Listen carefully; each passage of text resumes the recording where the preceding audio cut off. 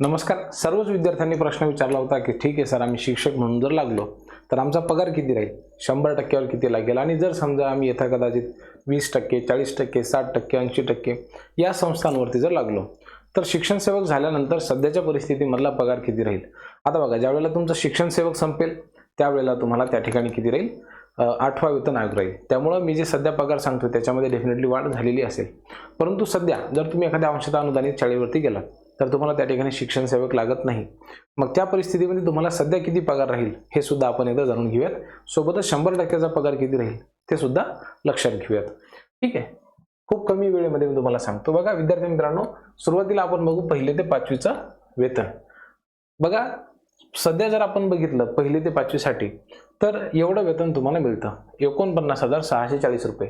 याच्यामध्ये सगळं आलं. ठीक आहे, मूळ वेतन आलं, महागाई भत्ता आला, घरभाडे भत्ता, सगळं आहे की नाही, वाहन भत्ता वगैरे सगळे पकडून याच्यामध्ये तुमचं नंतर काही कपात होईल तर ती वेगळी राहील, परंतु मूळ वेतन तुमचं एवढं राहील 100%. आणि पुढे जर आपण बघितलं, हे कुठलं 1ली ते 5वी साठी, हे झालं ग्रामीण भागामध्ये आणि हे झालं शहरी भागामध्ये. जर तुम्ही शहरात असाल तर तुमचा पगार एवढा राहील. आता 20% जर बघितलं तर 9,928, त्यानंतर शहरी भागामध्ये 10,000 रुपये. ठीक आहे, 40% 19,000 रुपये म्हणजे साधारणतः 20,000 रुपये आणि शहरी भागामध्ये 21,000 रुपये. पुढे जर आपण बघितलं 60% रक्कम शहरी भागामध्ये साधारणतः 30,000 रुपये आणि तुम्ही जर शहरी भागामध्ये असाल तर 31,000 रुपये आणि ग्रामीण भागामध्ये असाल तर साधारणतः 30,000 रुपये. 80% जर रक्कम पकडली तर 39,000 रुपये आणि शहरी भागामध्ये असाल तर साधारणतः 42,000 रुपये. हे टप्पेवारीनुसार सांगितलं आहे ना, आणि ही जी रक्कम आहे ती 100% नुसार आहे 1ली ते 5वी साठी. पुढे जाऊयात आपण, पुढचा वर्ग बघू. ठीक आहे, 6वी पासून 10वी पर्यंत. आता कोर्टाच्या आदेशानुसार S14 ही स्केल तुम्हाला लागणार आहे. त्यामुळे जर समजा तुम्ही 100%वर असाल तर साधारणतः 65,000 एवढी पगार राहील. अरे वाह, बहुत खुश हो गए तुम तो. शहरी भागामध्ये साधारणतः 70,000 रुपये एवढा पगार राहील. ठीक आहे, 69,480 रुपये.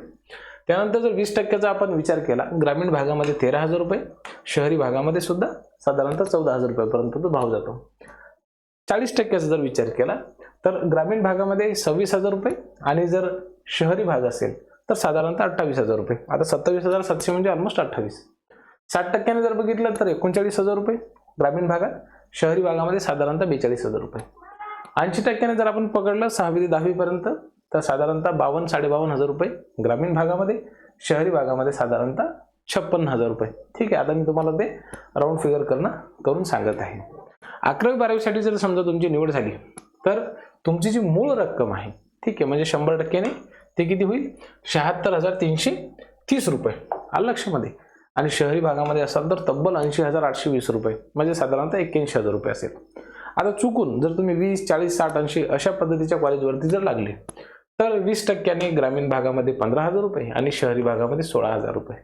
पुढे जर आपण बघितलं 40% तर साधारणतः 33,000 रुपये, 30,500 रुपये 40%वरती, आणि शहरी भागामध्ये असाल तर साधारणतः 32,500 रुपये. 60%चा जर आपण विचार केला तर तुम्हाला साधारणतः 46,000 रुपये पडतील ग्रामीण भागामध्ये आणि शहरी भागामध्ये साधारणतः 49,000 रुपये, समजा 48,492 रुपये. त्यानंतर 80%चा जर विचार केला तर 61,064 रुपये तुम्हाला मिळतील ग्रामीण भागात, शहरी भागात मिळतील 64,656 रुपये.